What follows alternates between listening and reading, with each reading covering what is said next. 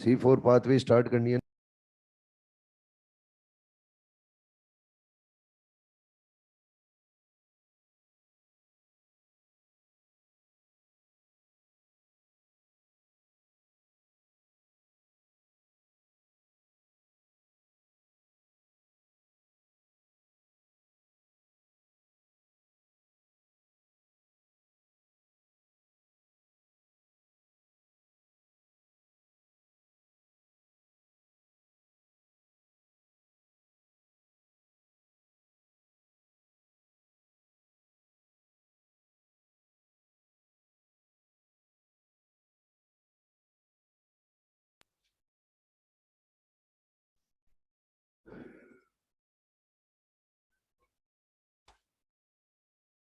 Online students,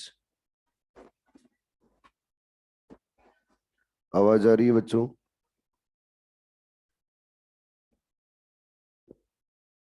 good morning.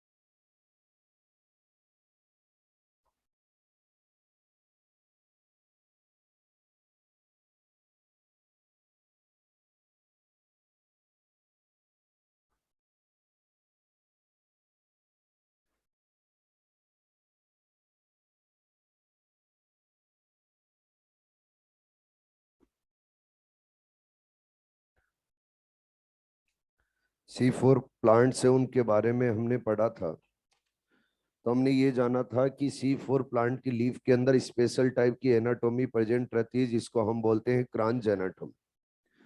ये crunch anatomy C4 plant की leaf के अंदर ही प्रेजेंट रहती है, C3 प्लांट की लीफ के अंदर एब्सेंट होती है।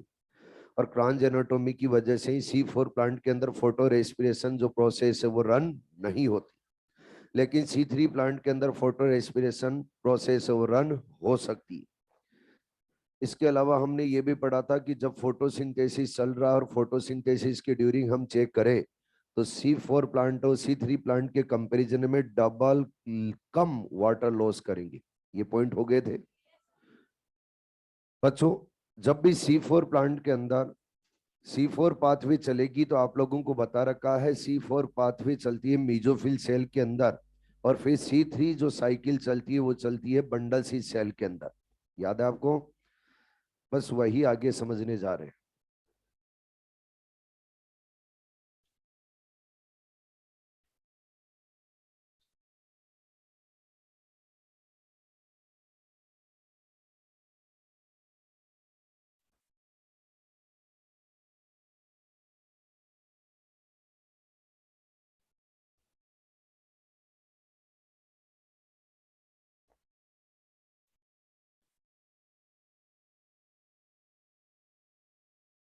ये बंडल सी सेल है,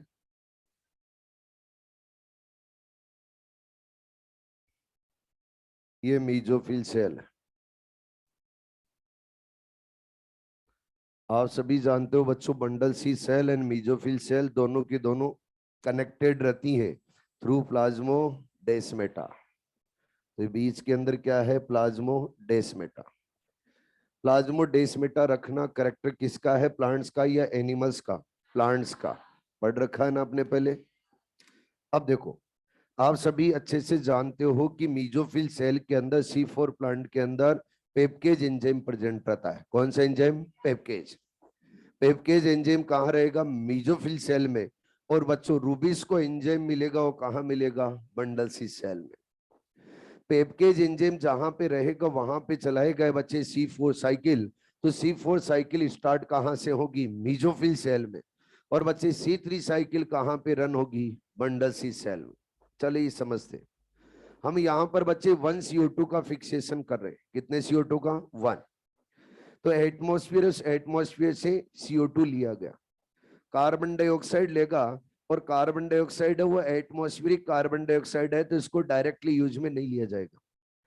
सबसे पहले इसको वाटर में डिजोल्व किया जाएगा, और जब बच्चों इसको वाटर में डिजोल्व करेंगे तो क्या बनेगा, क्या बाइकार्बोनेट आयन बनेंगे, क्या बनेंगे, बाइकार्बोनेट आयन। तो मैं बोल रहा हूं क्या बन गया है, SCO3-। अब SCO3- से क्या लिया जाएगा, कार्बन डाइऑक्साइड। तो यहां से यूज में लिया जाएगा कार्बन डाइऑक्साइड। लेकिन इस कार्बन डाइऑक्साइड को फिक्स किस में किया जाएगा बच्चे, कार्बन डाइऑक्साइड, कार्बन डाइऑक्साइड का यहाँ पे एक्सेप्टर है वो 3 कार्बन का है, और उसका नाम है फॉस्फोइनोल पायरुवेट। क्या नाम है, फॉस्फोइनोल पायरुवेट। और इसके अंदर कार्बन के नंबर कितने हैं, 3। आप सभी अच्छे से जानते हो इस कंपाउंड के अंदर अगर कार्बन डाइऑक्साइड को ऐड करना है तो विदाउट एंजाइम एडिशन नहीं हो सकता। तो यहाँ पर एक एंजाइम, उस एंजाइम का भी रोल रहेगा, और एंजाइम का नाम है बच्चों पेपकेज। पेपकेज एंजाइम की फुल फॉर्म क्या है, पेपकेज एंजाइम की फुल फॉर्म रहेगी बच्चे फॉस्फोइनोल पायरुवेट कार्बोक्सिलेज। यानी इसके अंदर ओनली एक ही वर्ड आ रहा है, क्या, कार्बोक्सिलेज। कहने का मतलब ये पेपकेज एंजाइम ओनली क्या करवाता है, कार्बोक्सिलेशन। ये कभी भी बच्चों ऑक्सीजनेशन नहीं करवाएगा। जब बच्चों CO2 को फिक्स करेगा फॉस्फोइनोल पायरुवेट के अंदर, तो फॉस्फोइनोल पायरुवेट के अंदर कार्बन कितने, 3, और 1 CO2 का कार्बन आ गया, तो अगला कंपाउंड कितने कार्बन, 4, और 4 कार्बन का जो कंपाउंड फॉर्म हो रहा है उसका नाम है ऑक्जेलो एसिडिक एसिड। ऑक्जेलो एसिडिक एसिड बच्चों 4 कार्बन का यहाँ पे फॉर्म हो रहा है, मतलब first stable compound C4 plant के अंदर कौन सा हो रहा है, 4 कार्बन का। इसलिए इन प्लांट को क्या नाम दिया गया है, C4 प्लांट, और इस पाथवे को क्या नाम दिया गया है, C4 पाथवे। जो बच्चे यहाँ पे ऑक्जेलो एसिडिक एसिड है, इस ऑक्जेलो एसिडिक एसिड के पास में 2 कार्बोक्सिलिक ग्रुप होते हैं। कितने कार्बोक्सिलिक ग्रुप, 2 कार्बोक्सिलिक ग्रुप। अगर ऑक्जेलो एसिडिक एसिड के पास 2 कार्बोक्सिलिक ग्रुप है तो बोला जाएगा कि इसका फर्स्ट जो स्टेबल कंपाउंड है वो क्या रखता है, 2 कार्बोक्सिलिक ग्रुप। तो बोल दिया जाएगा बच्चे डाई कार्बोक्सिलिक एसिड साइकिल। क्या नाम दे दिया जाएगा, डाई कार्बोक्सिलिक एसिड साइकिल, यानी शॉर्ट में क्या बोला जाएगा, DCA पाथवे। क्या बोल दिया जाएगा, DCA पाथवे। अरे समझ में तो आ रहा है क्या। अब जो बच्चों ऑक्जेलो एसिडिक एसिड बना है, इस ऑक्जेलो एसिडिक एसिड का आगे किया जाता है रिडक्शन। क्या किया जाता है, रिडक्शन। आप जानते हो अगर रिडक्शन करना है तो रिडक्शन करने के लिए रिक्वायर्ड है बच्चे हाइड्रोजन। तो वो हाइड्रोजन लिए जाते हैं बच्चे NADPH2 से। इसे लिए जाते हैं NADPH2 से। जब NADPH2 से हाइड्रोजन ले लेंगे तो ये कन्वर्ट हो जाएगा NADP में। जब बच्चों हाइड्रोजन देंगे ऑक्जेलो एसिडिक एसिड को, तो फिर नेक्स्ट कंपाउंड फॉर्म होगा जिसका नाम है एस्पार्टिक एसिड। क्या नाम है, एस्पार्टिक एसिड। या तो बच्चों एस्पार्टिक एसिड फॉर्म होता है या फिर मेलिक एसिड फॉर्म होता है। या तो क्या फॉर्म होता है, एस्पार्टिक एसिड, या फिर क्या फॉर्म होगा, मेलिक एसिड। यहाँ पे कार्बन नंबर में कोई चेंज नहीं होगा, यानी कार्बन के नंबर वही क्या रहेंगे, 4। अब बच्चों जो एस्पार्टिक एसिड या फिर मेलिक एसिड हमने सिंथेसाइज किया है, इस एस्पार्टिक एसिड और मेलिक एसिड को किया जाता है ट्रांसपोर्ट। जब ट्रांसपोर्ट कर रहे हैं तो कहां पे ले जा रहे हैं, क्या बच्चे मीजोफिल सेल से बंडल सी सेल में ले जा रहे हैं। आप लोगों को पहले ही बता रखा है मैंने, ये जो यहाँ पे प्लाज्मोडेस्माटा, प्लाज्मोडेस्माटा से केमिकल ट्रांसपोर्ट हो सकता है, लेकिन बच्चों गैसेज नहीं। तो ये एस्पार्टिक एसिड और मेलिक एसिड क्या है, केमिकल। तो केमिकल है तो ये मीजोफिल सेल से कहां चला जाएगा, बंडल सी सेल में। जब बच्चों एस्पार्टिक एसिड या फिर ये जो मेलिक एसिड है ये बंडल सी सेल में चला जाएगा, तो फिर उसके बाद में इसका होगा यहाँ पे डी कार्बोक्सिलेशन। क्या होता है, डी कार्बोक्सिलेशन। जब बच्चे मेलिक एसिड और या फिर एस्पार्टिक एसिड का यहाँ पे डी कार्बोक्सिलेशन होगा, तो क्या हम बोल सकते हैं कि कार्बन डाइऑक्साइड रिलीज होगी। अरे बोलो, कार्बोक्सिलेशन जब भी होता है तो हम क्या बोलते हैं, क्या बच्चे, CO2 एडिशन। अरे कार्बोक्सिलेशन जब भी होता है तो हम क्या बोलते हैं, एडिशन ऑफ CO2। यस और नो। डी कार्बोक्सिलेशन का मतलब क्या है, रिमूवल ऑफ CO2। अगर CO2 रिमूव हो रहा है तो क्या बोला जाएगा, डी कार्बोक्सिलेशन। मैंने बोला एस्पार्टिक एसिड या मेलिक एसिड का क्या होता है बच्चे, डी कार्बोक्सिलेशन। जब डी कार्बोक्सिलेशन होगा तो क्या CO2 रिलीज होगा। अरे बोलो, यहां से CO2 रिलीज हुआ। साथ में ही बच्चे एस्पार्टिक एसिड और मेलिक एसिड का यहां पर होता है ऑक्सीडेशन। जब ऑक्सीडेशन होगा तो क्या हाइड्रोजन रिलीज होंगे। अरे बोलो, जब भी रिएक्शन में कहीं पे ऑक्सीडेशन होगा तो क्या रिलीज होंगे? हाइड्रोजन। जब यहां से हाइड्रोजन रिलीज हुए तो क्या इसको डिहाइड्रोजिनेशन बोल सकते हैं? जब भी रिएक्शन से हाइड्रोजन रिलीज होंगे तो क्या होगा? ऑक्सीडेशन। और जब हाइड्रोजन रिलीज हो रहे हैं तो प्रोसेस को क्या बोल सकते हैं? डिहाइड्रोजिनेशन। बच्चों यहां पर जब हाइड्रोजन रिलीज हो रहे तो उन हाइड्रोजन को एक्सेप्ट करने के लिए रहता है NADP, और वह NADP हाइड्रोजन को एक्सेप्ट करके कन्वर्ट हो जाता है बच्चे NADPH2 में। अरे किसके अंदर? NADPH2 में।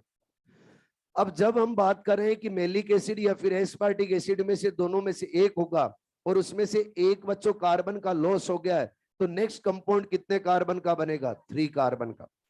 और जब एस्पार्टिक एसिड और मेलिक एसिड में से दोनों में से किसी एक का हम यहाँ पे ऑक्सीडेशन और डीकार्बोक्सिलेशन साथ में कर देते हैं, तो फिर जो नेक्स्ट कंपाउंड फॉर्म होता है वो होता है बच्चे पायरुविक एसिड। कौन सा होता है? Pyruvic acid. और इस पायरुविक एसिड के पास में कार्बन कितने रहेंगे? 3। अब देखो जरा, क्या हमने यहाँ पे केमिकल और उस केमिकल का डीकार्बोक्सिलेशन करवा के CO2 रिलीज किया? अरे बोलो, ये CO2 कहां पे गया है? क्या बच्चे ये बंडल सी सेल के अंदर है? तो बंडल सी सेल के अंदर आप लोगों को बता रखा है क्लोरोप्लास्ट के अंदर कौन बैठा रहेगा? रूबिस्को। कौन बैठा रहेगा? रूबिस्को। वो रूबिस्को एंजाइम इस बच्चे CO2 को यूज में लेके कार्बोक्सिलेशन करवाएगा, और कार्बोक्सिलेशन करवाएगा तो क्या चलेगी बच्चे? C3 cycle. क्या चलेगी? C3 cycle. अब देखो, जब हम यहां पर एक्चुअल में कर रहे हैं तो क्या कर रहे हैं?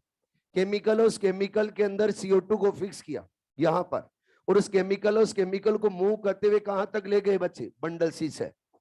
बंडल सी सेल में ले जाके उसका करवाया डीकार्बोक्सिलेशन, और डीकार्बोक्सिलेशन करवा के क्या CO2 को कंटिन्यूस यहाँ पे पंप करते जाएंगे।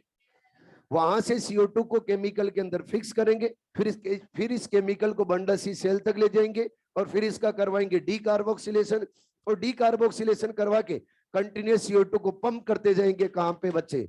बंडल सी सेल में। जब बच्चों कंटिन्यूस CO2 को पंप करते जाएंगे बंडल सी सेल के अंदर, तो CO2 की कंसंट्रेशन बंडल सी सेल के अंदर ऑलवेज क्या रहेगी? हाई। अगर ऑलवेज हाई रहेगी तो क्या फोटो रेस्पिरेशन रन होने के कोई चांस होंगे? नहीं। कहने का मतलब C4 प्लांट के अंदर फोटो रेस्पिरेशन नहीं चलेगा। साथ में ही बच्चों, जब CO2 को कंटिन्यूस यहाँ पे पंप करते जा रहे हैं तो क्या CO2 की कंसंट्रेशन को इंक्रीज करके क्या कंटिन्यूस डार्क रिएक्शन चला रहे हैं? तो इसको बोल दिया जाएगा CO2 कंसंट्रेटिंग मैकेनिज्म। क्या बोल दिया जाएगा? CO2 concentrating mechanism. यानी कंटिन्यूअस केमिकल के अंदर CO2 को फिक्स करके केमिकल को बंडल सी सेल में ले जाके उसका डीकार्बोक्सिलेशन करवा के CO2 को पंप कर रहे हैं। कहां पे? बंडल सी सेल में। तो बोला जाएगा CO2 कंसंट्रेटिंग मैकेनिज्म। हेलो, जब बच्चों ये पायरुविक एसिड बना तो ये पायरुविक एसिड ट्रांसपोर्ट होगा, और आप जानते हो ट्रांसपोर्ट होगा तो कहां आएगा? क्या वापिस मीजोफिल सेल में आएगा? अब इस पायरुविक एसिड को यहां पर मीजोफिल सेल के अंदर क्यों ला रहे हैं, उसके पीछे रीजन भी आप जानते हो बच्चों। फॉस्फोइनोल पायरुवेट है, इसको वापिस रिफॉर्म करना जरूरी है। अगर आपने इसको रीजनरेट नहीं किया तो क्या अगेन एंड अगेन रिएक्शन को रिपीट कर पाएंगे? रिपीट नहीं कर पाएंगे। तो हम फॉस्फोइनोल पायरुवेट को भी रीजनरेट करेंगे, और जब रीजनरेट करना है तो पायरुविक एसिड को वापस कहां पर लाते हैं बच्चे? मीजोफिल सेल में। पायरुविक एसिड के अंदर कार्बन कितने हैं? 3। अरे कितने हैं? 3। अब 3 कार्बन वाला है, और अगला भी कंपाउंड कितने कार्बन का बनाना है? 3 का। कोई प्रॉब्लम नहीं है। लेकिन बच्चों रीजनरेशन जब यहां पर किया जाता है तो रीजनरेशन करने के लिए एक एंजाइम रेस्पॉन्सिबल होता है, और जो रीजनरेशन करवाने के लिए एंजाइम रेस्पॉन्सिबल होता है उस एंजाइम का नाम है बच्चे PPDK। क्या नाम है? PPDK। PPDK की फुल फॉर्म क्या है? फॉस्फोपायरुवेट डाइकाइनेज। क्या नाम है? फॉस्फोपायरुवेट डाइकाइनेज। ध्यान से सुनो, ऊपर देखो। काइनेज, उस काइनेज की बात करें तो काइनेज एंजाइम ऐसा होता है जो ATP का ब्रेकडाउन भी कर सकता है और ATP को सिंथेसाइज भी कर सकता है। एक काइनेज बच्चों एक ATP को ब्रेक करता है, यानी एक काइनेज एक इनऑर्गेनिक फॉस्फेट को रिलीज करवाता है। लेकिन यहाँ पे क्या है? क्या डाइकाइनेज है? अरे बोलो, तो एक साथ में बच्चों ATP से कितने इनऑर्गेनिक फॉस्फेट रिलीज करवाता है? 2। अगर 2 ATP से एक साथ में 2 इनऑर्गेनिक फॉस्फेट रिलीज करवाता है तो कितने ATP के इक्वल एनर्जी रिलीज करेगा? 2 के इक्वल। तो यहाँ पर रीजनरेशन और रीजनरेशन स्टेप के अंदर बच्चों टोटल ATP जो कंज्यूम होंगे वो कितने होंगे? 2 होंगे। कईयों को ये पॉइंट समझ में नहीं आया होगा। नहीं आया ना?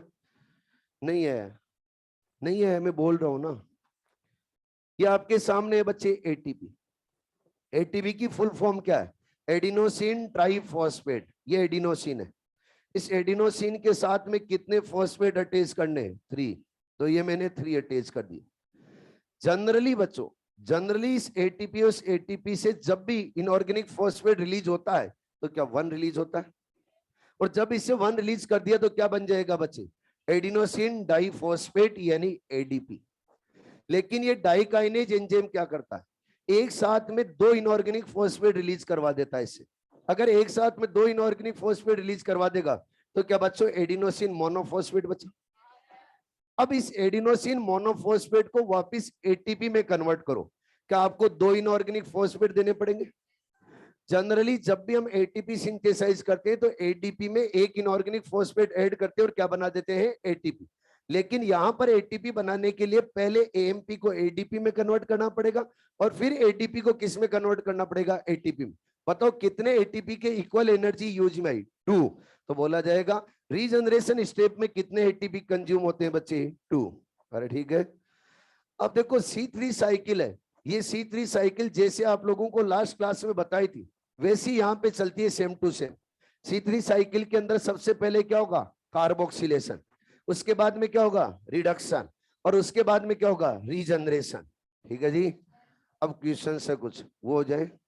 पहले कैलकुलेशन करते हैं, उसके बाद में क्वेश्चन। रेडी? कैलकुलेशन कर रहे हैं तो कैलकुलेशन के अंदर हम कर रहे हैं बच्चे कैलकुलेशन फॉर 1 CO2 फिक्सेशन। किसके लिए कर रहे हैं? For 1 CO2 fixation. 1 CO2 fixation के लिए कैलकुलेशन कर रहे हैं। आप देखो कितने CO2 को फिक्स किया हमने, इधर ध्यान दो बच्चे एक बार सारे। कितने CO2 को फिक्स किया? 1। यहां पर भी क्या 1 CO2 रिलीज किया? और बोलो, मतलब 1 CO2 को हमने फिक्स किया है पूरी प्रोसेस के अंदर। तो कैलकुलेशन किसके लिए कर रहे हैं? 1 CO2 के लिए। आप सभी जानते हो जब यहां C3 साइकिल के अंदर 1 CO2 जाएगा तो फिर ग्लूकोज का सिंथेसिस नहीं होगा। ग्लूकोज को सिंथेसाइज करने तो टोटल CO2 कितने चाहिए? 6। जानते हो अच्छे से। तो जब ये 1 टन चल रहा है तो 1 CO2 का यहाँ पे फिक्सेशन हो रहा है, तो जब हमें 1 ग्लूकोज का सिंथेसिस करना है तो इसके भी टन कितने चलाने पड़ेंगे? 6। ठीक है जी। लेकिन पहले 1 CO2 का फिक्सेशन समझ लेते हैं, कैलकुलेशन करनी है। चलिए आगे। क्या यहाँ पे बच्चों 1 NADPH2 यूज में आ रहा है? आगे चलिए, आगे जाएंगे तो क्या यहाँ पे 1 NADPH2 वापिस फॉर्म हो रहा है? वहां पे यूज में है, यहाँ पे फॉर्म हो गया 0। आगे बच्चों, जब यहाँ पे CO2 का फिक्सेशन करें C3 साइकिल से तो सबसे पहले कार्बोक्सिलेशन। बताओ कार्बोक्सिलेशन में कितने एटीपी और NADPH2 यूज में आएंगे? 0। फिर उसके बाद में रिडक्शन। रिडक्शन के अंदर कितने एटीपी? 2 एटीपी। कितने NADPH2? 2 NADPH2। ठीक है, तो 2 एटीपी और कितने? 2 NADPH2। ओके। आगे जब बच्चों रीजनरेशन में जाएंगे तो रीजनरेशन के अंदर क्या बच्चों? 1 एटीपी। तो मैं बोलूंगा जब ये C3 साइकिल चलती है तो C3 साइकिल के अंदर बताओ कितने एटीपी है? 3 एटीपी। और बच्चों NADPH2 कितने? 2। ठीक है जी। आगे चलो, आगे इधर आते हैं तो आगे चलते चलते रीजनरेशन। जब बच्चों C4 पाथवे चल रही है और इसके अंदर रीजनरेशन किया जाता है फॉस्फोइनोल पायरुवेट का, तो क्या एक साथ में 2 एटीपी कंज्यूम होते हैं? तो 2 एटीपी और ऐड कर दो। जब 2 एटीपी और ऐड करेंगे तो बताइए 1 CO2 फिक्सेशन के लिए टोटल एटीपी कितने चाहिए? 5। 5 तो एटीपी चाहिए। और NADPH2 कितने चाहिए बच्चे? अरे बच्चों कितने चाहिए? 2। 2 तो चाहिए NADPH2 और 5 क्या चाहिए? एटीपी। ये 1 CO2 के लिए। अगर बच्चों 1 ग्लूकोज का सिंथेसिस करना है तो बताओ 1 ग्लूकोज सिंथेसिस के लिए टोटल एटीपी कितने रिक्वायर्ड होंगे? कितने होंगे? 30।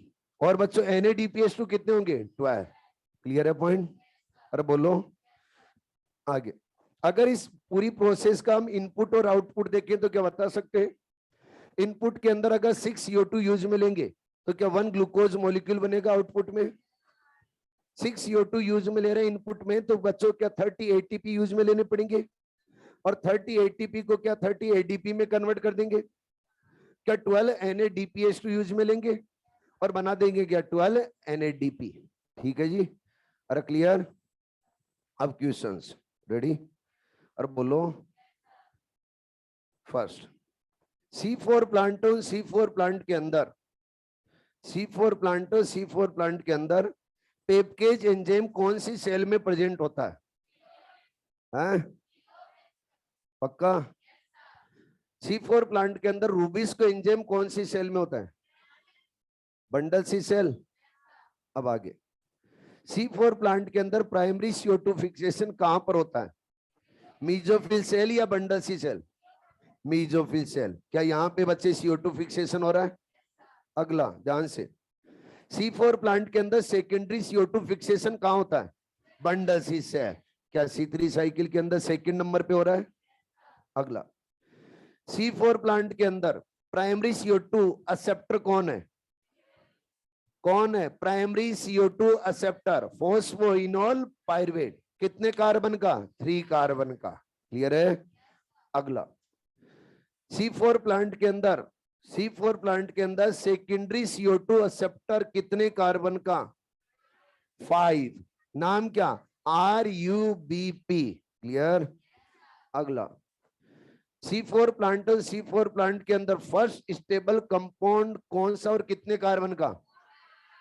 ऑक्जेलो एसिडिक एसिड। और क्या बच्चों? 4 कार्बन का। अगला, C4 प्लांट के अंदर सेकेंडरी CO2 फिक्सर कौन है? रूबिस्को। RUBP नहीं, कौन है? रूबिस्को। RUBP तो बच्चे CO2 को एक्सेप्ट कर रहा है, फिक्स कौन करवा रहा है? रूबिस्को। ठीक है? C4 प्लांट के अंदर प्राइमरी CO2 फिक्सर कौन है? पेपकेज। और पेपकेज कहां पे होता है? मीजोफिल। ठीक है? C4 प्लांट के अंदर PPDK एंजाइम कहां पे मिलेगा? बंडल शीथ या मीजोफिल? मीजोफिल। ठीक है? अरे क्लियर है अच्छे से? अगला question, last and final. C4 plant के अंदर 1 सुक्रोज मॉलिक्यूल सिंथेसिस के लिए कितने ATP और NADPH2 रिक्वायर्ड होंगे? 60 तो क्या होंगे? ATP और 24 NADPH2। ओके, आगे। और आगे आते हैं बच्चे केम प्लांट। क्या आते हैं? केम प्लांट। ऑनलाइन वाले समझ में आया?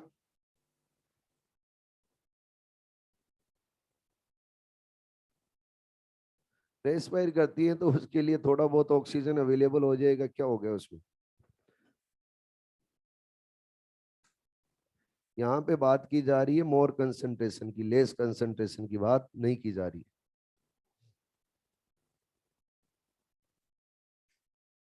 फोस्फोपायरुवेट डाइकाइनेज।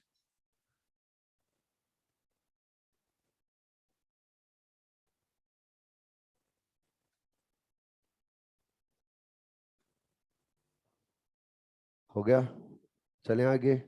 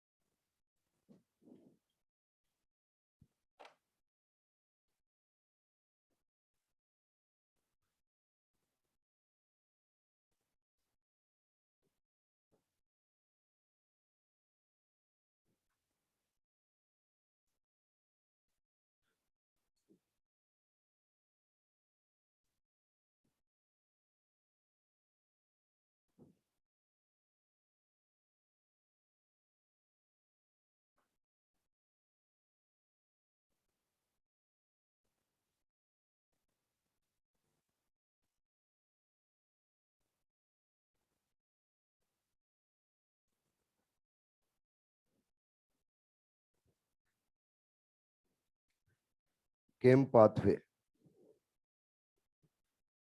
केम प्लांट के अंदर बच्चों केम पाथवे रन होती है। केम प्लांटो कौन सी फैमिली के मेंबर होंगे? क्रूसिलेसी फैमिली के मेंबर होते हैं। अगर हम बात करें बच्चे केम प्लांट की, तो ये केम प्लांट वहां पे सरवाइव करते हैं जहां पे वाटर बहुत ही कम हो। यानी वाटर डेफिशिएंसी के अंदर सरवाइव करते हैं। जब ये वाटर डेफिशिएंसी में सरवाइव करते हैं तो बच्चे इनकी अगर बात की जाए तो इनके अंदर स्टोमेटा भी स्पेशल टाइप के रहेंगे। अगर ये स्टोमेटा ऐसे रख लें कि डे टाइम में ओपन कर दे तो वाटर एक्चुअल में होता ही नहीं है, और अगर ओपन कर दिए डे टाइम में तो जो वाटर है उसका भी लॉस हो जाएगा और फिर सेल्स के पास में वाटर नहीं बचेगा तो मेटाबॉलिक रिएक्शन भी रन नहीं होगी, तो प्लांट की क्या हो जाएगी, डेथ। तो इनको बोला जाता है बच्चे सक्यूलेंट जीरोफाइट। क्या बोला जाता है, सक्यूलेंट जीरोफाइट। ये जीरोफिटिक प्लांट है यानी वाटर डेफिशिएंसी में सरवाइव करते हैं। और इनको सक्यूलेंट जीरोफाइट क्यों बोला गया, क्योंकि वाटर को स्टोर्ड करके रखते। वाटर को क्या करते हैं, स्टोर्ड करके रखते। आप लोगों ने एलोवेरा देखा होगा। एलोवेरा के अगर बच्चों हम कट लगाए उसके अंदर, तो उसके अंदर आप लोगों को क्या एक जेल टाइप का सब्सटेंस मिलेगा। एक्चुअल में वो जेल टाइप का सब्सटेंस है, उसके अंदर वाटर को क्या किया जा रहा है, स्टोर्ड। जब ये वाटर स्टोर्ड करने की कैपेसिटी रखते हैं और ये जीरोफिटिक प्लांट है तो इनको बोला गया बच्चे सक्यूलेंट जीरोफाइट। क्या बोला गया है, सक्यूलेंट जीरोफाइट। अब ये सक्यूलेंट जीरोफाइट है, वाटर को स्टोर्ड करने की कैपेसिटी कैसे रखते, इनके अंदर स्पेशल टाइप के स्टोमेटा प्रेजेंट रहते, नॉर्मल टाइप के स्टोमेटा नहीं है। ये स्टोमेटा बच्चों डे टाइम में तो रहते हैं ओपन, सॉरी नाइट टाइम के अंदर तो रहते हैं ओपन और डे टाइम में रहते हैं क्लोज। फिर से रिपीट कर देता हूं, इनके अंदर स्पेशल टाइप के स्टोमेटा मिलते, जो स्टोमेटा बच्चों डे टाइम में तो रहते हैं क्लोज और नाइट टाइम के अंदर रहते हैं ओपन। अगर स्टोमेटा नाइट में ओपन हो और डे टाइम में अगर क्लोज हो तो ऐसे स्टोमेटा को बोला जाता है स्कोटो एक्टिव स्टोमेटा। तो इनके अंदर स्पेशल टाइप के स्टोमेटा मिलते हैं जिनको क्या बोला जाता है, स्कोटो एक्टिव स्टोमेटा। बात आती है कि केम प्लांट कौन कौन से होते हैं। बच्चों केम प्लांट के बहुत सारे एग्जाम्पल मिलेंगे आपको, जो वाटर को स्टोर्ड करके रखने की कैपेसिटी रखते हैं। उनके अंदर एक बेस्ट एग्जांपल तो आपको मैंने बताया एलोय। इसके अलावा और क्या होंगे, ब्रायोफाइलम। ब्रायोफाइलम के अलावा बच्चा आप लोगों को मिलेगा ओपेंसिया। क्या मिलेगा, ओपेंसिया। पाइनएप्पल, पाइनएप्पल और पाइनएप्पल भी बच्चों वाटर को कंजर्व करके रखने की कैपेसिटी रखता है। और देखिए तो एक जिम्नोस्पर्म भी होता है और उस जिम्नोस्पर्म का नाम है वेलविसिया। क्या नाम है, वेलविसिया। और भी आपको कुछ एग्जाम्पल मिलेंगे जो आपको लर्न करने। अब देखो, जब हमने इनके अंदर देखा तो नाइट के अंदर तो स्टोमेटा को रखते हैं ये ओपन और डे टाइम में स्टोमेटा को रखते हैं क्लोज। जब इनके अंदर प्रोसेस चलेगी फोटोसिंथेसिस वाली तो एक ही सेल में चलेगी और सेल का नाम क्या है, मीजोफिल। पहले ही बात हुई है अपनी, यानी पूरी प्रोसेस इसके अंदर मीजोफिल सेल में ही चलती है। लेकिन बच्चों टाइमिंग क्या होती है, डिफरेंट। टाइमिंग डिफरेंट रहेगी, यानी C4 साइकिल चलेगी, C4 पाथवे चलेगी, वो तो चलेगी नाइट टाइम में, और C3 चलेगी, वो कब चलेगी, डे टाइम में। ठीक है जी। तो सबसे पहले हम नाइट टाइम की बात करते हैं। पर आप बताइए नाइट टाइम के अंदर स्टोमेटा क्लोज रहेंगे या ओपन रहेंगे, अरे बोलो ओपन। तो ये स्टोमेटा है और ये स्टोमेटा ओपन है या क्लोज है, ओपन। स्टोमेटा को किया गया है बच्चे ओपन। अगर स्टोमेटा को ओपन किया गया है तो बताइए ड्यूरिंग नाइट टाइम की बात करें या डे टाइम की, ड्यूरिंग नाइट। अब जब स्टोमेटा ओपन होंगे तो ये आपके सामने यहां पर मीजोफिल सेल है। कौन सी सेल है, मीजोफिल। ये मीजोफिल सेल ली गई है। स्टोमेटा ओपन होंगे तो बताओ क्या एटमॉस्फेयर से कार्बन डाइऑक्साइड अंदर आएगी, और बच्चे वाटर वाटर जाएगा बाहर। अगर वाटर वाटर इवेपोरेट होगा तो नाइट टाइम के अंदर इतना वाटर इवेपोरेट नहीं होगा जितना बच्चों डे टाइम में इवेपोरेट होता है। अब जो वाटर है उस वाटर को, सॉरी जो कार्बन डाइऑक्साइड है उस कार्बन डाइऑक्साइड को सबसे पहले वाटर के अंदर किया जाएगा डिजोल्व। जब वाटर के अंदर डिजोल्व किया जाएगा तो क्या वही बाइकार्बोनेट आयन बनेंगे, अरे क्या बनेंगे, बाइकार्बोनेट। तो इसको किस में डिजोल्व किया गया है, वाटर में। और जब वाटर में डिजोल्व किया गया तो क्या बन गया, क्या SCO3-। अब बच्चों जो SCO3- है इसमें से क्या लिया जाएगा, CO2 लिया जाएगा और CO2 को किया जाएगा फिक्स। वो फिक्स किया जाएगा किसके अंदर, फॉस्फोइनोल पायरुवेट में। फॉस्फोइनोल पायरुवेट कितने कार्बन का है? 3 कार्बन का। अगर हम देखें बच्चों तो फॉस्फोइनोल पायरुवेट के अंदर कार्बन डाइऑक्साइड को फिक्स करने के लिए एंजाइम कौन सा होगा? पेपकेज। पेपकेज एंजाइम जब फिक्स करेगा तो क्या बनेगा? ऑक्जेलो एसिडिक एसिड। और ऑक्जेलो एसिडिक एसिड के अंदर कार्बन कितने होते हैं? 4। ठीक है जी। अब देखो जो ऑक्जेलो एसिडिक एसिड है, इस ऑक्जेलो एसिडिक एसिड का आगे क्या होगा? क्या रिडक्शन होगा? अगर रिडक्शन होगा तो क्या बच्चे NADPH2 है, उस NADPH2 से हाइड्रोजन लेंगे और हाइड्रोजन लेके किसको देंगे? ऑक्जेलो एसिडिक एसिड को। जब ऑक्जेलो एसिडिक एसिड का रिडक्शन करेंगे तो आगे बनेगा मैलिक एसिड। क्या बनेगा? Malic acid. ये मैलिक एसिड हमने कब बनाया? क्या नाइट टाइम या डे टाइम? Night time. और नाइट टाइम में कंटिन्यूस बच्चों मैलिक एसिड बनाते जाते, ऐसे ही कंटिन्यूस मैलिक एसिड बनाते जाएंगे और इस मैलिक एसिड को सेल और सेल के अंदर प्रेजेंट वेक्यूलस वेक्यूल के अंदर करते जाएंगे स्टोर। वेक्यूल के अंदर कंटिन्यूस इस मैलिक एसिड को क्या कर रहे हैं? स्टोर। अगर बच्चों नाइट टाइम में कंटिन्यूस वेक्यूल के इनसाइड मैलिक एसिड को स्टोर कर रहे हैं तो सेल और सेल की पीएच एसिडिक बन जाएगी या बेसिक? एसिडिक। तो नाइट टाइम के अंदर क्या एसिड और एसिड फॉर्म करके सेल के अंदर स्टोर करते जा रहे हैं, तो इसको बोला जाएगा बच्चे एसिडिफिकेशन। क्या बोला जाएगा? एसिडिफिकेशन। तो केम प्लांट के अंदर नाइट टाइम में सेल के अंदर क्या होता है? एसिडिफिकेशन या डी एसिडिफिकेशन? एसिडिफिकेशन। यहां तक समझ में आ गया? यहां पर बच्चों क्या प्रेजेंट रहेंगे? क्लोरोप्लास्ट। क्या रहेंगे? क्लोरोप्लास्ट। क्लोरोप्लास्ट में ये प्रोसेस नहीं चल रही है, कहां पे चल रही है? साइटोप्लाज्म। कहां चल रही है? साइटोप्लाज्म। बच्चों डे आया यानी सनलाइट आई, और जब सनलाइट आएगी तो सनलाइट आते ही बच्चे ये जो स्टोमेटा स्टोमेटा हो जाएंगे क्लोज।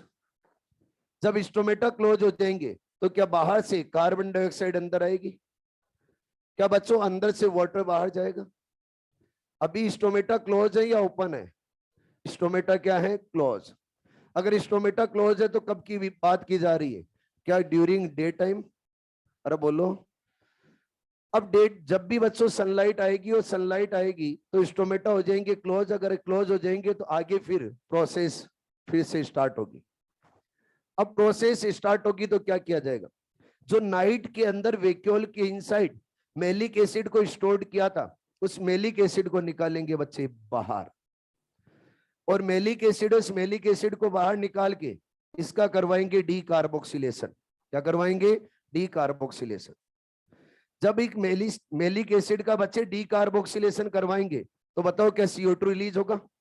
अरे बोलो। CO2 रिलीज हुआ। जो यहां से CO2 रिलीज हो रहा है, इस CO2 को कहां पर ले जाया जाता है? क्लोरोप्लास्ट में। अरे कहां पर? क्लोरोप्लास्ट। और इस क्लोरोप्लास्ट के स्ट्रोमा में बैठा रहता है बच्चे रूबिस्को। अरे कौन बैठा रहता है? रूबिस्को। अगर रूबिस्को यहां पर बैठा है तो बताओ क्या C3 साइकिल रन होगी? और C3 साइकिल रन होगी तो फिर क्या बनेगा बच्चे? कार्बोहाइड्रेट यानी ग्लूकोज। जो मेलिक एसिड है, इस मेलिक एसिड का डी कार्बोक्सिलेशन तो करवाया, साथ में यहां पर बच्चे इसका क्या होता है? ऑक्सीडेशन भी। जब ऑक्सीडेशन होगा तो हाइड्रोजन रिलीज होंगे, उन हाइड्रोजन को एक्सेप्ट करने के लिए कौन रहेगा? NADP, और ये कन्वर्ट हो जाएगा NADPH2 में। जब ये मेलिक एसिड से CO2 का लॉस हो जाता है तो 1 कार्बन का लॉस हो गया तो आगे क्या बनेगा? Pyruvic acid. हेलो। अब इस पायरुविक एसिड को रीजनरेट किया जाता है, और जब रीजनरेट किया जाता है तो हम बोलेंगे क्या हो रहा है? रीजनरेशन। पायरुविक एसिड की हेल्प से रीजनरेशन किया जाता है, और किसका करते हैं बच्चे? फॉस्फोइनोल पायरुवेट का। जब फॉस्फोइनोल पायरुवेट को रीजनरेट करते हैं तो एंजाइम कौन सा होता है? PPDK। और ATP और ATP कितने कंज्यूम होंगे एक साथ में? 2 ATP। पूरी प्रोसेस क्या हो गई? कंप्लीट। अब देखो डे टाइम में क्या कर रहे हैं? क्या मेलिक एसिड को कंटिन्यूस बच्चों निकाल के क्या हम ग्लूकोज का सिंथेसिस करें? तो सेल के इनसाइड डे टाइम में एसिडिक है, उस एसिडिक पीएच को हम बच्चे रिमूव कर रहे हैं या फिर एसिडिक पीएच को बना रहे हैं? रिमूव। तो बताओ डे टाइम में क्या होता है? एसिडिफिकेशन या डी एसिडिफिकेशन? D acidification. तो याद रखना है डे टाइम और डे टाइम के अंदर केम प्लांट के अंदर मेसोफिल सेल के अंदर क्या होता है? D acidification. और नाइट टाइम में क्या होगा? एसिडिफिकेशन। समझ में तो आ रहा है क्या? अगला पॉइंट, जब हम बच्चों कैलकुलेशन करें 1 CO2 के लिए तो क्या सेम रहेगी? सेम टू सेम रहेगी किसके जैसे? C4 प्लांट के जैसे। सेम रहेगी क्योंकि प्रोसेस तो सेम ही चल रही है, लेकिन इसके अंदर डिफरेंस ये आ जाता है कि हाफ तो चल रही है कहां पे, नाइट में, और हाफ कब चल रही है बच्चे, डे टाइम में। फर्क क्लियर है? हमने बोला था कि C3 साइकिल और C3 साइकिल डे में ही चलती है। क्या बच्चों डे में ही चल रही है? C3 साइकिल कभी भी नाइट टाइम में नहीं चलेगी। क्यों नहीं चलेगी? उसके पीछे रीजन, C3 साइकिल और C3 साइकिल को रन करने के लिए लाइट रिएक्शन के प्रोडक्ट की रिक्वायरमेंट होगी, और लाइट रिएक्शन कब चलेगी, जब लाइट आएगी। अरे ठीक है, अरे क्लियर? तो केम प्लांट, और केम प्लांट के अंदर 1 ग्लूकोज मॉलिक्यूल सिंथेसिस के लिए, केम प्लांट के अंदर 1 ग्लूकोज मॉलिक्यूल सिंथेसिस के लिए कितने एटीपी रिक्वायर्ड होंगे, 30। कितने NADPH2, 12। ठीक है, हो जाएगा? अरे बोलो आगे। और आगे एक प्रोसेस आती है जिसका नाम है फोटो रेस्पिरेशन है। चलो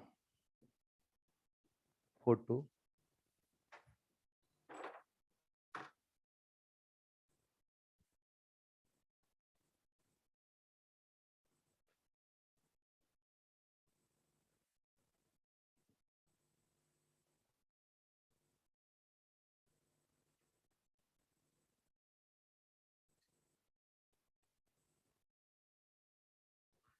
C4 पाथवे में कहा ऑक्सीजन को फिक्स किया बच्चे? हम तो कार्बन डाइऑक्साइड को फिक्स कर रहे हैं। ऑक्सीजन कहाँ फिक्स किया है?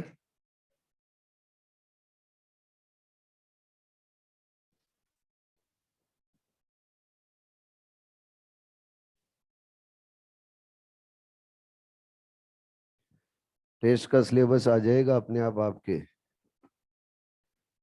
LN+ अकाउंट पे। मुझे भी नहीं पता है क्या सिलेबस है, हटा दिया जाए।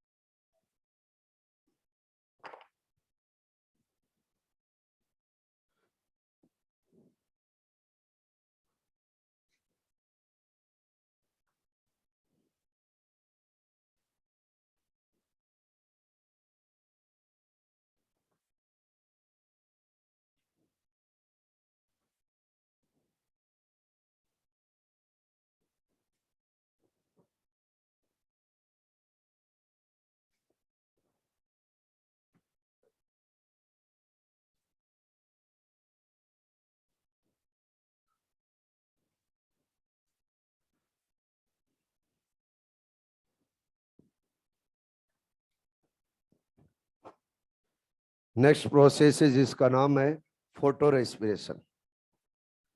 फोटो रेस्पिरेशन के अंदर बच्चों कार्बन का रिडक्शन नहीं होता है, कार्बन का ऑक्सीडेशन होता है। जब कार्बन का ऑक्सीडेशन होता है तो फोटोसिंथेटिक कार्बन का यहां पर क्या कर रहे हैं, ऑक्सीडेशन। जब भी हम फोटोसिंथेसिस रन करते तो रिडक्शन करते, किसका, कार्बन का। लेकिन यहां पर उल्टा क्या हो रहा है, ऑक्सीडेशन। तो इसको बोला गया फोटोसिंथेटिक कार्बन ऑक्सीडेशन, और शॉर्ट में क्या बोला जाता है, PCO। जब बच्चों इसके अंदर हम देखेंगे तो इसका फर्स्ट स्टेबल कंपाउंड होता है फॉस्फोग्लाइकोलेट, और जो ग्लाइकोलेट बना है इस ग्लाइकोलेट का हम करेंगे मेटाबॉलिज्म, इसलिए इसको क्या बोल दिया जाता है, ग्लाइकोलेट मेटाबॉलिज्म। इसका जो फर्स्ट स्टेबल कंपाउंड बनता है वो बनता है 2 कार्बन का, इसलिए इसको बोल दिया जाता है C2 साइकिल। बात आती है कि फोटो रेस्पिरेशन, और फोटो रेस्पिरेशन किस में रन होगा, C3 प्लांट में। C4 प्लांट के अंदर फोटो रेस्पिरेशन रन नहीं होगा, आप लोगों को बता रखा है पहले। और जब फोटो रेस्पिरेशन रन करना है तो फोटो रेस्पिरेशन के लिए फेवरेबल कंडीशन क्या होगी? तो पहला पॉइंट क्या आता है? Favourable condition. किसके लिए फेवरेबल कंडीशन? फोटो रेस्पिरेशन के लिए। फोटो रेस्पिरेशन के लिए फेवरेबल कंडीशन फर्स्ट रहेगी हाई लाइट इंटेंसिटी। क्या होगी बच्चे? High light intensity. आप बोलोगे सर हाई लाइट इंटेंसिटी कैसे? जब भी बच्चे हाई लाइट इंटेंसिटी आएगी, इधर ध्यान दे एक बार, जब भी हाई लाइट इंटेंसिटी आएगी तो लाइट रिएक्शन की स्पीड होगी फास्ट। जब लाइट रिएक्शन की स्पीड फास्ट होगी तो फिर ऑक्सीजन और ऑक्सीजन रिलीज रेट भी क्या रहेगी? हाई। अगर ऑक्सीजन रिलीज रेट हाई रहेगी तो हाई लाइट इंटेंसिटी के अंदर ऑक्सीजन की कंसंट्रेशन हाई हो जाएगी और कार्बन डाइऑक्साइड की कंसंट्रेशन लो। अगर बच्चे ऑक्सीजन की कंसंट्रेशन हाई है और कार्बन डाइऑक्साइड की कंसंट्रेशन लो है और ये कंसंट्रेशन बनी है रूबिस्को एंजाइम के पास में, तो क्या रूबिस्को एंजाइम ऑक्सीजनेशन करवाएगा? और जब भी रूबिस्को एंजाइम ऑक्सीजनेशन करवाता है तो बच्चे प्रोसेस चलती है, उसको क्या बोला जाता है? Photo respiration. ठीक है जी। फिर बच्चों जो सेकंड फेवरेबल कंडीशन है वो है हाई टेम्परेचर। क्या है? High temperature. आप बोलोगे सर हाई टेम्परेचर कैसे? बच्चे जब हम लो टेम्परेचर देते हैं तो लो टेम्परेचर के ऊपर रूबिस को कार्बन डाइऑक्साइड के साथ में एफिनिटी मोर शो करता है, लेकिन जब भी हम हाई टेम्परेचर देंगे तो रूबिस को एंजाइम ऑक्सीजन के साथ में मोर एफिनिटी शो करता है। तो हाई टेम्परेचर आते ही ऑक्सीजन के साथ में मोर एफिनिटी शो करेगा, और अगर ऑक्सीजन के साथ में मोर एफिनिटी शो करेगा तो क्या चलेगा? Photo respiration. हेलो, क्या दोनों पॉइंट अच्छे से समझ में आए? अरे बोलो। अगला पॉइंट, फोटो रेस्पिरेशन को रन करना है तो फोटो रेस्पिरेशन बच्चों 3 सेल ऑर्गेनल्स के अंदर चलता है। कितने सेल ऑर्गेनल? 3 सेल ऑर्गेनल्स के अंदर रन होता है। और सबसे पहला सेल ऑर्गेनल है जिसका नाम है क्लोरोप्लास्ट। क्लोरोप्लास्ट के बाद में सेकंड पेरोक्सिसोम, और पेरोक्सिसोम के बाद में माइटोकॉन्ड्रिया। आप लोगों को बच्चों इन सेल ऑर्गेनल्स की सीक्वेंस याद रखनी। सबसे पहले क्लोरोप्लास्ट, यानी जब भी फोटो रेस्पिरेशन स्टार्ट होगा तो कहां पे होगा? क्लोरोप्लास्ट। क्लोरोप्लास्ट में स्टार्ट होगी, केमिकल फॉर्म होंगे, केमिकल ट्रांसपोर्ट होंगे किसके अंदर? पेरोक्सिसोम। पेरोक्सिसोम से केमिकल किसके अंदर जाएंगे? माइटोकॉन्ड्रिया। और फिर मूव करते वापस कहां जाते? क्लोरोप्लास्ट। हेलो, तो इसको याद रखना है सीपीएम से, यानी सबसे पहले क्लोरोप्लास्ट, उसके बाद में पेरोक्सिसोम और उसके बाद में माइटोकॉन्ड्रिया। एग्जाम में क्वेश्चन पूछा गया है और क्वेश्चन में बोला गया है कि फोटो रेस्पिरेशन को रन करने के लिए रेस्पॉन्सिबल सेल ऑर्गेनल्स की सीक्वेंस बताइए। सीपीएम है, लेकिन बच्चों जब आप ऑप्शन देखोगे तो वहां पे सीपीएम है वो अरेंज नजर नहीं आएंगे, लेकिन एक ही ऑप्शन होगा जिसके अंदर ये तीनों सेल ऑर्गेनल मिलेंगी। बाकी ऑप्शन के अंदर किसी अदर सेल ऑर्गेनल को ऐड किया हुआ है। अगर अदर सेल ऑर्गेनल को ऐड किया हुआ बाकी ऑप्शन में, एक ही ऑप्शन के अंदर ये तीनों है, तो फिर करेक्ट क्या होगा? यही होगा। करेक्ट सीक्वेंस तो नहीं है, लेकिन मजबूरी में टिक करना पड़ रहा है, क्योंकि उन चारों ऑप्शन के अंदर जो मोर करेक्ट है वो कौन सा है? जिसके अंदर ये तीनों सेल ऑर्गेनल आ रहे हैं। हेलो, जब भी आप सोल्व करोगे एक्सरसाइज सेकंड आपको जरूर मिलेगा एक क्वेश्चन। ठीक है जी। अब हम बच्चे फोटो रेस्पिरेशन को स्टार्ट कर रहे हैं। इस फोटो रेस्पिरेशन प्रोसेस को वेस्टफुल प्रोसेस बोला जाता है। वेस्टफुल प्रोसेस क्यों बोला जाता है? क्योंकि लाइट की प्रेजेंस में हम फूड का सिंथेसिस करते हैं, लेकिन जब फोटो रेस्पिरेशन चलेगा तो लाइट की प्रेजेंस में फूड का सिंथेसिस नहीं कर पाएंगे। उल्टा जो लाइट रिएक्शन से एटीपी बना रहे हैं उन एटीपी को कंज्यूम कर लिया जाता है, और एटीपी को कंज्यूम करके कोई एटीपी का कोई बच्चे फूड का सिंथेसिस नहीं किया जाता। याद रखना ये पॉइंट। तो हम कितने सेल ऑर्गेनल के अंदर प्रोसेस चलाएंगे बच्चे? 3। कौन कौन से? Chloroplast, peroxisome and mitochondria. चलो चलाते हैं। हटा दो ये।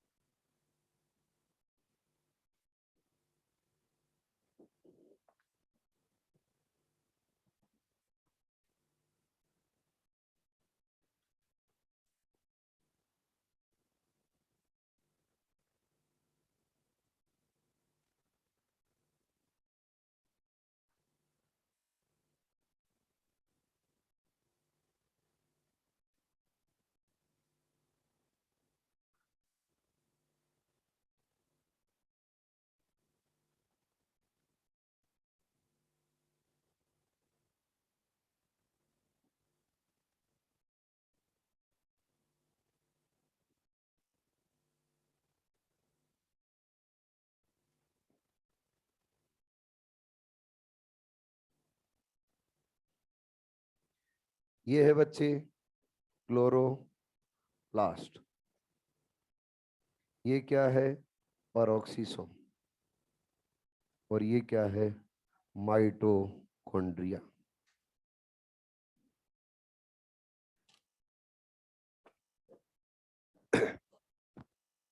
क्लोरोप्लास्ट है, इस क्लोरोप्लास्ट के इनसाइड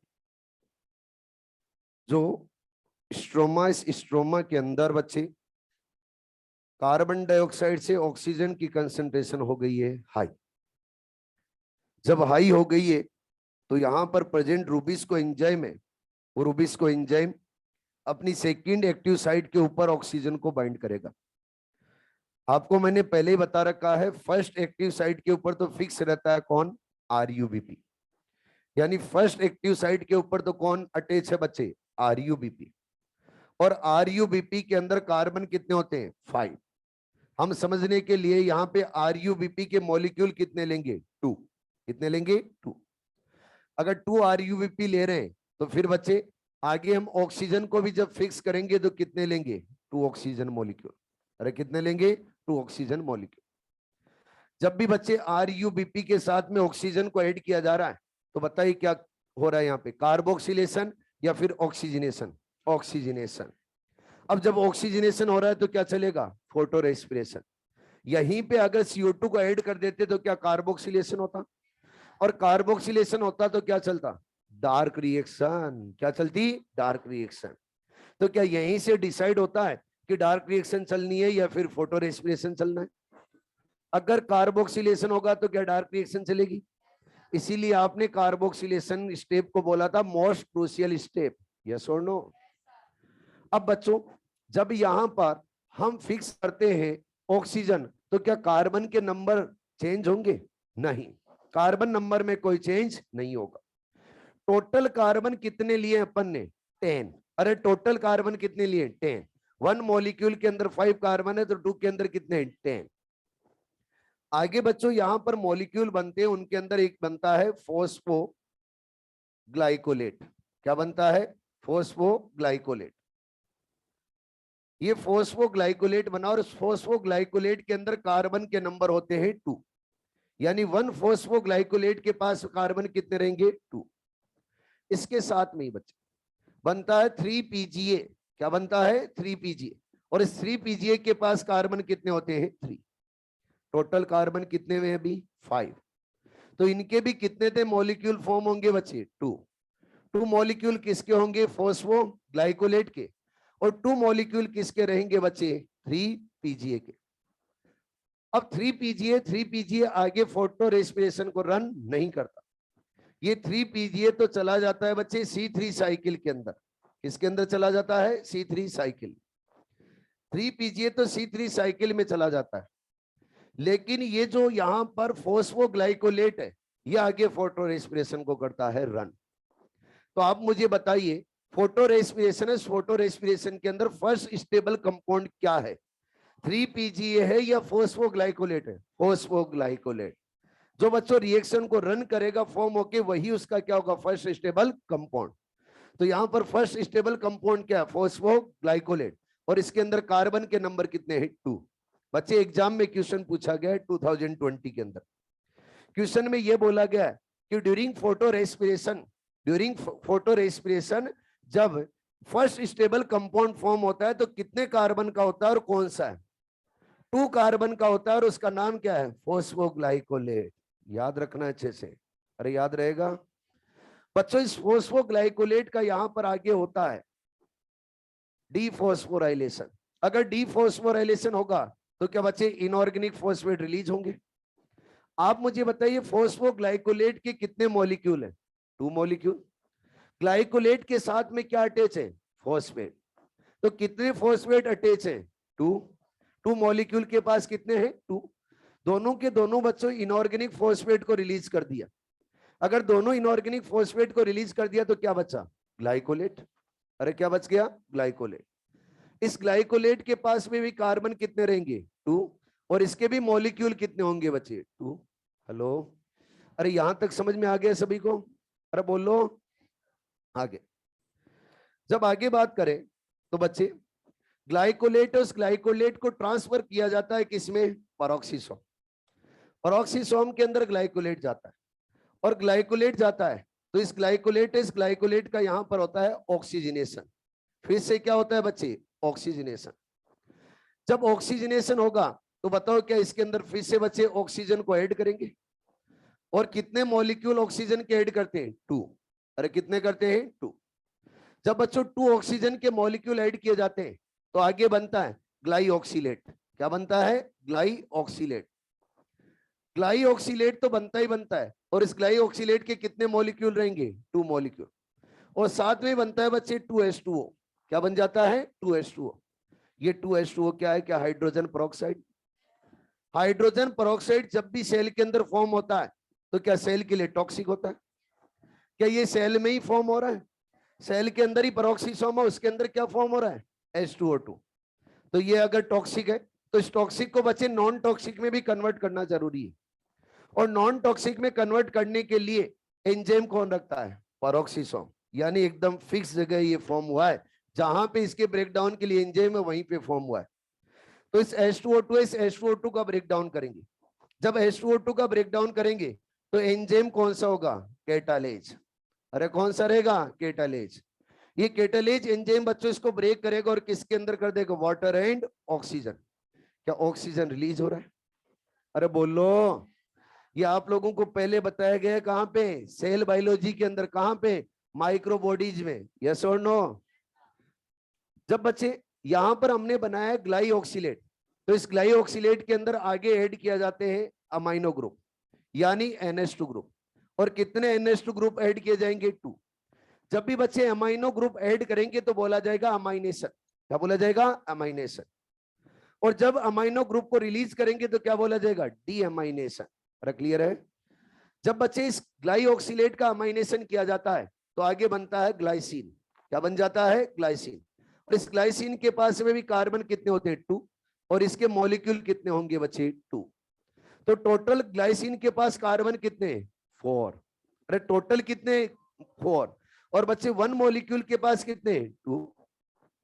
अब इस ग्लाइसिन को कहां पे ले जाया जाता है? माइटोकॉन्ड्रिया। तो ग्लाइसिन और ग्लाइसिन कहां पहुंच गया बच्चे? माइटोकॉन्ड्रिया तक। और इसके अंदर कार्बन कितने हैं? 2। टोटल कार्बन कितने हैं? 4। अब क्या होता है जब माइटोकॉन्ड्रिया के अंदर ग्लाइसिन जाता है, तो ग्लाइसिन जाते ही यहां पर बच्चे 3 प्रोसेस एक साथ में रन होती है। कितनी प्रोसेस? 3। सबसे पहली प्रोसेस डी कार्बोक्सिलेशन। अगर डी कार्बोक्सिलेशन होगा तो क्या CO2 रिलीज होगा? अरे बोलो। सेकेंड बच्चों यहां पर होता है डीअमाइनेशन, तो क्या NH2 ग्रुप रिलीज होगा? थर्ड जो प्रोसेस होती है डीहाइड्रोजिनेशन, मतलब क्या हाइड्रोजन रिलीज होंगे, और उन हाइड्रोजन को एक्सेप्ट करने के लिए यहां पे रहेगा NAD। NADP नहीं, क्या है? NAD। माइटोकॉन्ड्रिया के अंदर आपको कोफैक्टर मिलेगा, वो मिलेगा NAD, और क्लोरोप्लास्ट के अंदर कोफैक्टर मिलेगा NADP। ठीक है जी। जब यहाँ पे बच्चे NAD है तो NAD हाइड्रोजन को एक्सेप्ट करेगा और किसके अंदर कन्वर्ट हो जाएगा? NADPH2 में। आप तो मुझे बताओ यहां पर हुआ क्या क्या है? पहला, क्या कार्बोक्सिलेशन हुआ है? अरे बोलो। या डी कार्बोक्सिलेशन हुआ है? D carboxylation. क्या हुआ है? D carboxylation. सेकंड क्या हुआ है? अमाइनेशन या D amination? D amination.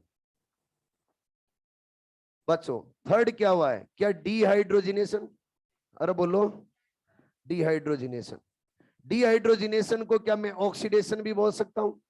Yes बिल्कुल, क्या बोल सकता हूं? ऑक्सीडेशन। अरे ऑक्सीडेशन होंगे तभी तो हाइड्रोजन रिलीज होंगे, और जब हाइड्रोजन रिलीज होते हैं तो क्या बोलते हैं? डिहाइड्रोजिनेशन। अब देखो टोटल कार्बन कितने थे? 4। 2 मॉलिक्यूल थे तो टोटल कार्बन कितने थे? 4। 4 कार्बन में से क्या 1 कार्बन का लॉस हो गया? तो आगे कितने कार्बन बचे? 3। उन 3 कार्बन का एक मॉलिक्यूल फॉर्म होता है और उस मॉलिक्यूल का नाम है सेरीन। क्या नाम है? सेरीन। सेरीन भी क्या अमाइनो एसिड होता है? ग्लाइसिन भी क्या होता है? Amino acid. सेरीन है, सेरीन के पास कितने कार्बन होंगे? 3। और इसके मॉलिक्यूल कितने हैं बच्चे? 1। 1 मॉलिक्यूल है। कितने मॉलिक्यूल है? 1 मॉलिक्यूल। कैसे 1 मॉलिक्यूल? इधर ध्यान दो। 2 मॉलिक्यूल थे 2 कार्बन के, तो टोटल कितने कार्बन हुए 4। 1 कार्बन का लॉस किया तो बच्चों कितने बचे 3, तो क्या बन गया सेरीन। ठीक है जी। अब मुझे बताओ क्या 4 कार्बन में से 1 कार्बन का यहाँ पे लॉस हो रहा है? एक्चुअल में जब फोटोसिंथेसिस हम रन करवाते हैं तो कार्बन का लॉस करते हैं या कार्बन का एडिशन करते हैं? एडिशन। लेकिन यहां पर तो क्या करें कार्बन का लॉस। और किसके कार्बन का लॉस करें? क्या आरयूबीपी के? एक्चुअल में यह आरयूबीपी के तो कार्बन है, उसका क्या किया जा रहा है यहाँ पे लॉस। 4 कार्बन में से बचे 1 कार्बन का लॉस हो रहा है, कितने कार्बन यहाँ पे बच रहे? इधर ध्यान दो 3। तो बताओ कितने % कार्बन का लॉस हुआ? 25%। तो एग्जाम में क्वेश्चन पूछा जाता है ड्यूरिंग फोटो रेस्पिरेशन कितने % कार्बन का लॉस होता है माइटोकॉन्ड्रिया के अंदर? 25%। अरे कितने? 25। जिनको कैलकुलेशन नहीं आ रही इधर देखो एक बार, टोटल कार्बन कितने हैं ये 4 में से 1 कार्बन का लॉस हो गया, कितने बचे 3। परसेंटेज निकाल लेना 25% ही आएगा। अरे ठीक है। अब जो सेरीन बना है इस सेरीन को ट्रांसपोर्ट कर दिया जाता है और सेरीन को कहां पर भेजा जाता है? पेरोक्सिसोम। पेरोक्सिसोम, इस पेरोक्सिसोम के अंदर जब सेरीन जाता है तो इसका बच्चों फिर से क्या हो जाता है? डीएमाइनेशन। और जब डीएमाइनेशन हो जाएगा तो क्या NH2 ग्रुप रिलीज हो जाएगा। और जब डीएमाइनेशन होता है तो आगे बनता है हाइड्रोक्सी पायरुवेट। क्या बनता है? Hydroxy pyruvate. और इस हाइड्रोक्सी पायरुवेट के पास में भी कार्बन कितने रहेंगे बच्चे? 3। अरे कितने रहेंगे? 3। अब आगे क्या होता है? जो हाइड्रोक्सी पायरुवेट है इस हाइड्रोक्सी पायरुवेट का करवाया जाता है बच्चे रिडक्शन। क्या करवाया जाता है? रिडक्शन। अगर रिडक्शन करवाना है तो हमें क्या चाहिए? हमें क्या चाहिए बच्चे? रिडक्शन करवाना है तो क्या हाइड्रोजन चाहिए? अरे बोलो हाइड्रोजन चाहिए तो हाइड्रोजन लिए जाते हैं बच्चे NaDH2 से। किससे लिए जाते हैं? NaDH2 से। हाइड्रोजन लेंगे और हाइड्रोजन लेके इसको किस में कन्वर्ट कर देंगे? NAD में। जब हाइड्रोजन लिए और हाइड्रोक्सी पायरुवेट को दिए तो फिर आगे बनता है बच्चे इसके रिडक्शन से ग्लिसरेट। क्या बन जाता है? ग्लिसरेट। और इस ग्लिसरेट के पास में भी कार्बन कितने हैं? 3। जो ये ग्लिसरेट बना है इस ग्लिसरेट को ट्रांसपोर्ट किया जाता है किसके अंदर? क्लोरोप्लास्ट। जो ग्लिसरेट के अंदर जो क्लोरोप्लास्ट के अंदर ग्लिसरेट है इस ग्लिसरेट का अब करवाया जाता है फॉस्फोराइलेशन। जब फॉस्फोराइलेशन करवाया जाएगा तो क्या यूज मिलेंगे? एटीपी। एटीपी को किस में कन्वर्ट करेंगे? एडीपी में। और बच्चों ग्लिसरेट के 3rd नंबर कार्बन पे इनऑर्गेनिक फॉस्फेट को ऐड कर देंगे।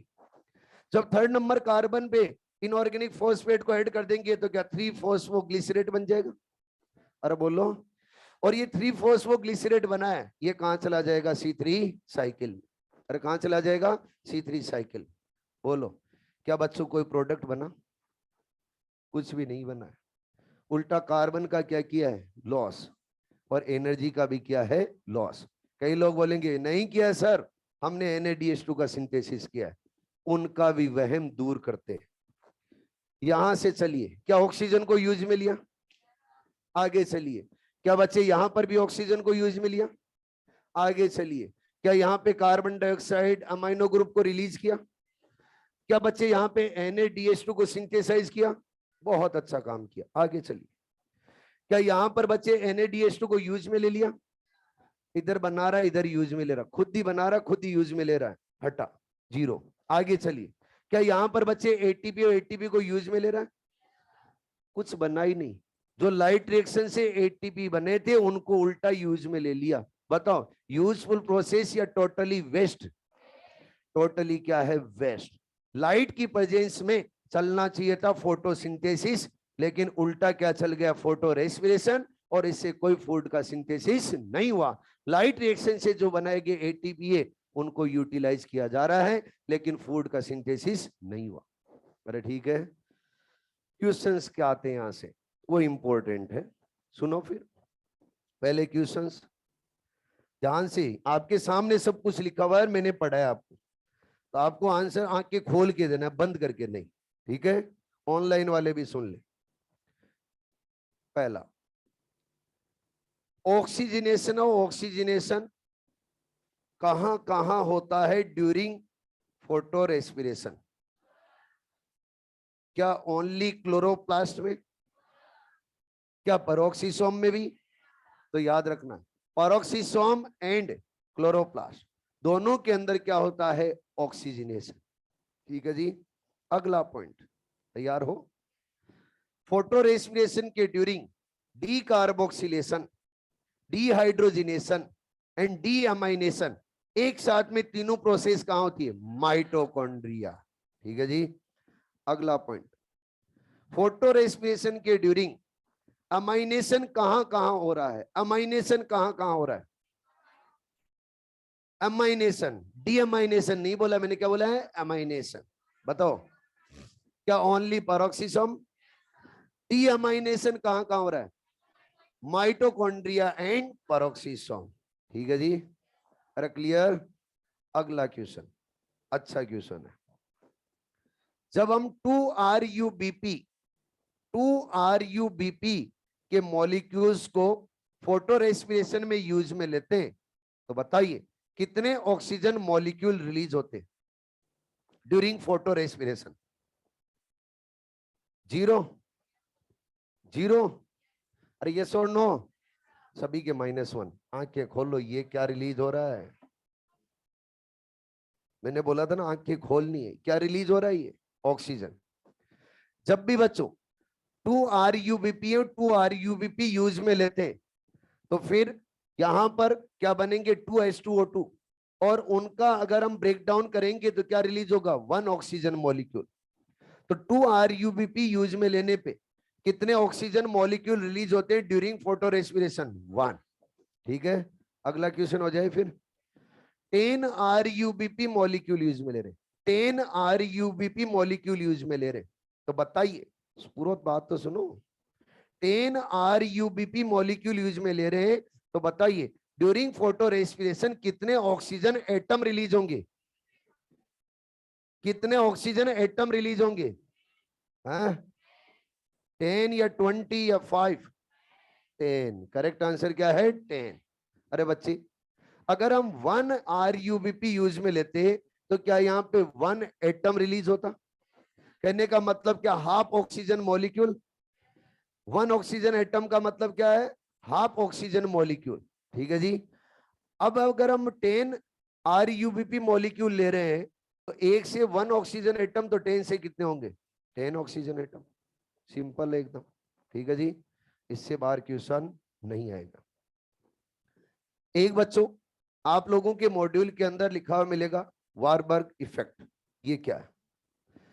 अगर रूबिस्को एंजाइम है, रूबिस्को एंजाइम कार्बन डाइऑक्साइड से बाइंड नहीं होके ऑक्सीजन से बाइंड होके फोटोसिंथेसिस के यील्ड को अगर डिक्रीज कर देता है, तो इस इफेक्ट को क्या बोला जाता है? Warburg effect. ठीक है जी। अगला पॉइंट आता है factor affecting of photosynthesis. Factor affecting पढ़ने से पहले आपकी एनसीईआरटी के अंदर एक टेबल दी गई है, उस टेबल को सोल्व करना जरूरी है। ठीक है जी। टेबल दी गई है आपकी एनसीईआरटी के अंदर, उस टेबल को सोल्व करना जरूरी है।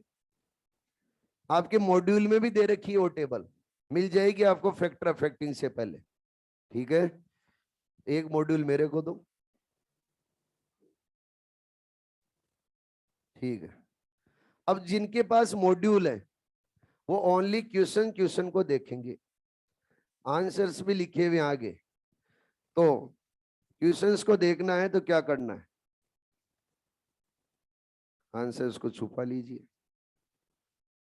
करेक्ट एग्जामिनेशन तो तभी होगी ना, अरे बोलो, तो ऐसे छुपा लेना। अब मैं जैसे जैसे पूछ रहा हूं आंसर्स देते जाए, नहीं तो आप रहने ही दो, देखो ही मत, इधर ध्यान दो, मैं बोल रहा हूं ना। First, cell type in which the Calvin cycle takes place. किसमें मीजोफिल? किसमें? बोला ही नहीं मैंने, ऐसे ही मैंने बोला C4, चलाओ मीजोफिल में। वेट तो करो थोड़ा बहुत। कौन सी सेल टाइप के अंदर केल्विन साइकिल रन होती है? C3 प्लांट में मीजोफिल, C4 में मंडल सी। ठीक है जी। Cell type in which the initial carboxylation reaction occur. सबसे पहला कार्बोक्सिलेशन कहां पर होता है? C3 प्लांट के अंदर मीजोफिल, C4 में मीजोफिल, बंडल सी सेल नहीं कहा, मीजोफिल। आगे, how many cell types does the leaf have the fix CO2? First C3 plant 1, C4 plant 2, C3 plant के अंदर ओनली कौन सी? मीजोफिल। C4 प्लांट के अंदर mesophyll and bundle sheath. Online वाले भी, which is the primary CO2 acceptor? C3 plant में RUBP, C4 plant में PP। Phosphoenol pyruvate में कार्बन कितने? 3। RUBP में कार्बन कितने? 5। यही है नेक्स्ट क्वेश्चन। आगे, विच is the primary CO2 fixation product? C3 plant के अंदर फर्स्ट स्टेबल प्रोडक्ट 3 कार्बन का क्या नाम? PGA। C4 प्लांट के अंदर 4 कार्बन का ऑक्जेलो एसिडिक एसिड। ठीक है, आगे, does the plant have RuBisCO? C3 plant, C4। ठीक है, does the plant have PEPCase? C3 plant, C4 plant. C3 plant में भी मिलता है। प्लांट की बात कर रहा है, सेल की बात नहीं कर रहा है। प्लांट की बात कर रहा है तो प्लांट के अंदर कहां मिलेगा? C3 प्लांट में। जब आप जाके आगे जाके पढ़ोगे स्टोमेटा क्लोजिंग ओपनिंग, तो वहां पर आप लोगों को ये पेपकेज मिलेगा। और स्टोमेटा क्लोजिंग ओपनिंग के लिए रेस्पॉन्सिबल सेल कौन सी होती है, बता सकते हो कोई? Guard cell. तो उन गार्ड सेल के अंदर क्या मिलता है? पेपकेज। तो C3 प्लांट भी पेपकेज रखते हैं, C4 प्लांट भी पेपकेज रखते हैं। अगला, which cell in the plant have rubisco? C3 plant mesophil, C4 bundle seal, lollipop. CO2 fixation rate under high light condition, high light condition के अंदर CO2 fixation rate C3 plant लो, या फिर क्या बोल सकते हैं मीडियम। लेकिन बच्चे C4 प्लांट में हाई। हाई लाइट इंटेंसिटी के अंदर CO2 fixation rate C4 plant के अंदर क्या होगी? हाई। क्योंकि क्या बच्चों, हाई लाइट इंटेंसिटी के अंदर फोटोसिंथेसिस की रेट को हाई रखता है। क्यों? क्योंकि उसके अंदर फोटो रेस्पिरेशन होने के कोई चांसेस नहीं है। अगला, whether photorespiration is present at low light intensity. Low light intensity के ऊपर क्या फोटो रेस्पिरेशन होगा? C3 प्लांट में, C4 प्लांट में, दोनों में नहीं। आगे, photo respiration is present at high light intensity, C3 plant high और C4 plant negligible. whether photo respiration would be present at low CO2 concentration, low CO2 concentration पे क्या photo respiration होगा C3 plant में? Yes. CO2 concentration लो है तो C3 plant के अंदर होगा। ऑक्सीजन की कंसेंट्रेशन क्या हाई होगी है, लेकिन C4 प्लांट के अंदर नहीं होगा। आगे, whether photo respiration would be present at low light, low at high CO2 concentration, फिर से बोल रहा हूं, whether photo respiration would be present at high CO2 concentration, high CO2 concentration पे C3 प्लांट के अंदर क्या फोटो रेस्पिरेशन होगा? C4 प्लांट में। आगे, टेम्परेचर दे रखा है, आपको बता रखा है C3 प्लांट के लिए फोटोसिंथेसिस की रेट जो मैक्सिमम रहेगी वो रहेगी 20 to 25 डिग्री सेंटीग्रेड, और C4 प्लांट के लिए रहेगी 30 to 40 डिग्री सेंटीग्रेड। ठीक है जी, क्यों रहेगी उसका रीजन? C3 प्लांट के अंदर प्राइमरी CO2 फिक्सेशन करने वाला एंजाइम कौन है? रूबिस्को। तो रूबिस्को मैक्सिमम एफिनिटी यानी मैक्सिमम एक्टिविटी जब शो करता है, अपनी ऑप्टिमम एक्टिविटी शो करता है तो 20 to 25 डिग्री सेंटीग्रेड पे करता है। लेकिन जब C4 प्लांट में देखेंगे तो प्राइमरी CO2 फिक्सर कौन है? पेपकेज।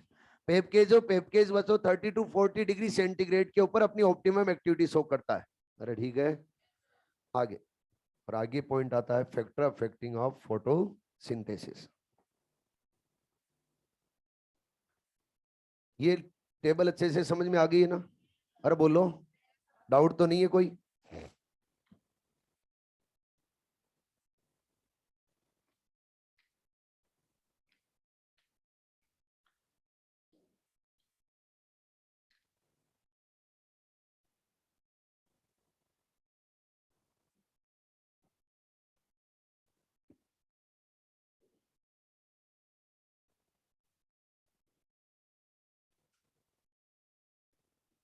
फोटो ले रहे हो, फोटो ले रहे हो, दोनों ही?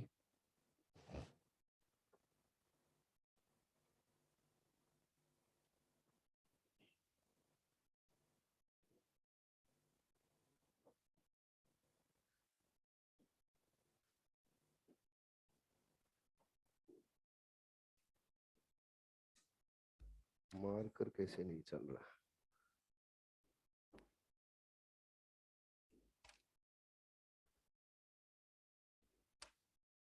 कोई सा तो चलेगा।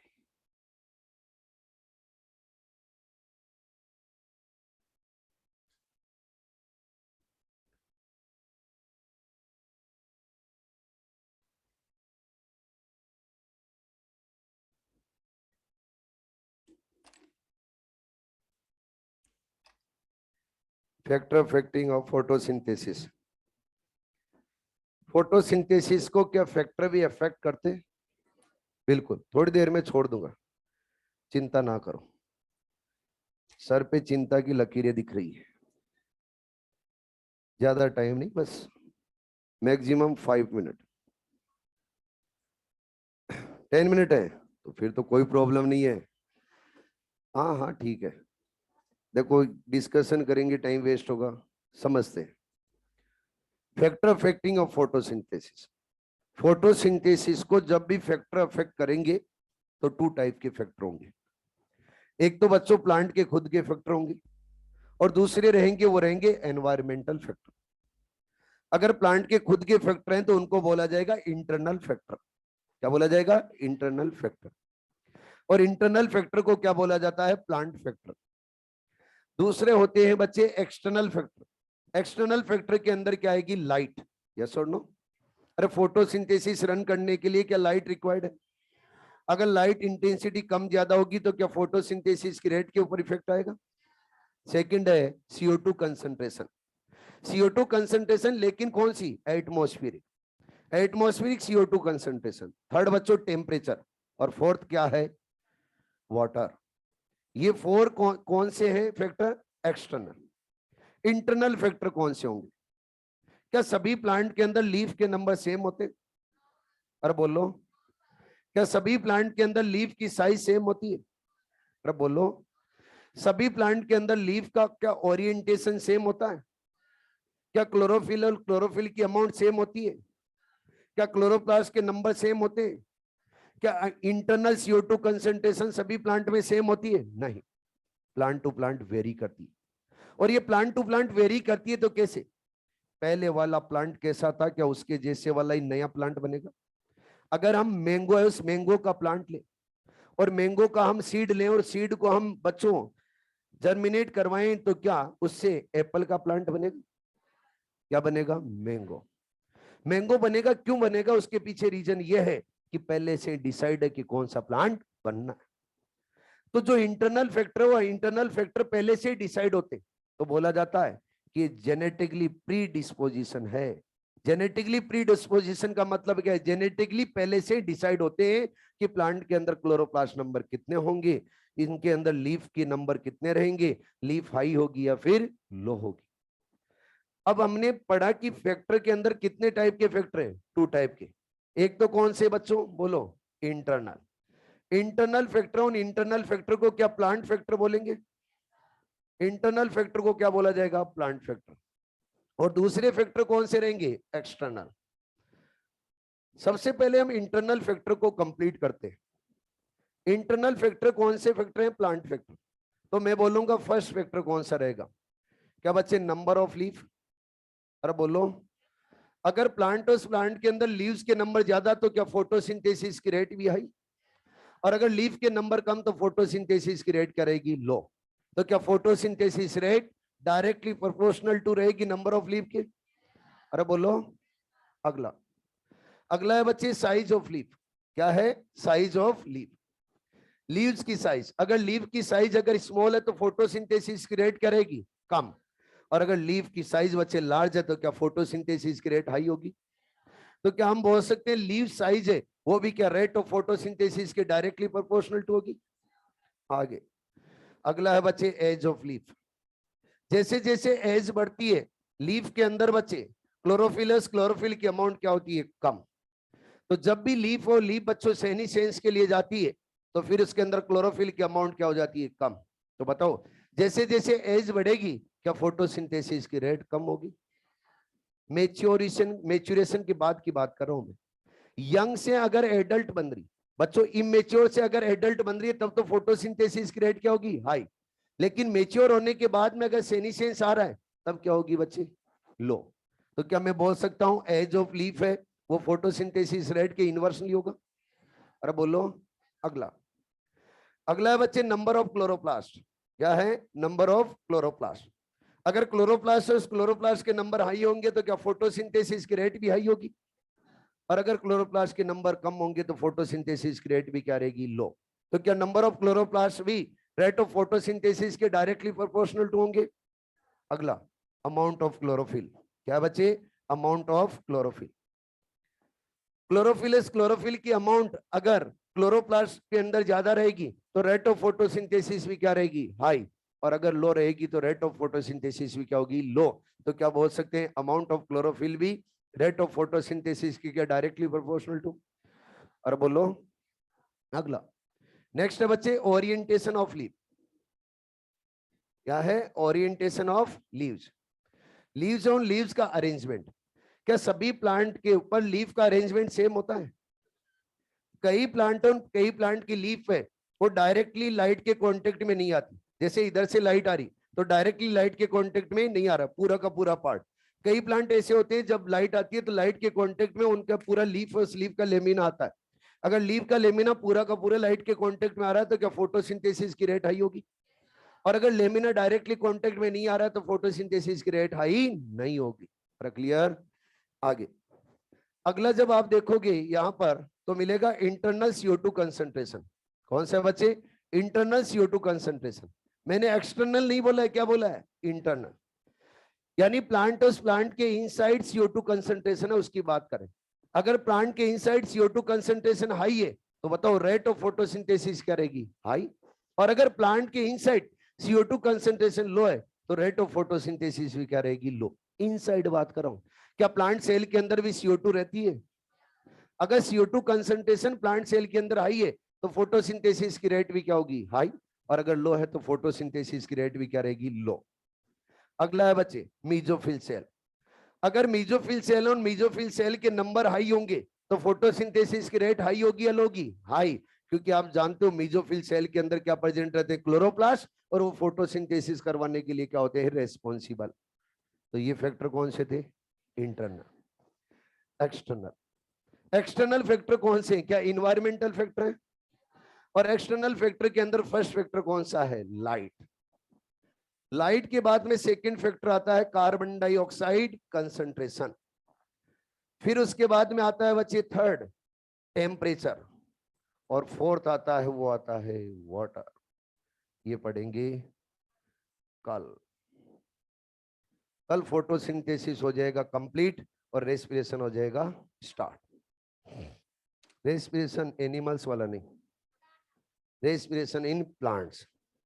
और वहां पर भी ATP और NADH2 बहुत आएंगे। तो जब आप क्लास में बैठो तो थोड़ा सा एक्टिव होके बैठा करो, ठीक है ना? कई बार आप चूक जाते हो पॉइंट से। जब भी ऑक्सीजन वाला पूछा तो सारे ही। चलो बच्चों मिलते हैं नेक्स्ट क्लास में। ऑनलाइन वाले समझ में आया जो पढ़ाया? ऑनलाइन वाले हेलो?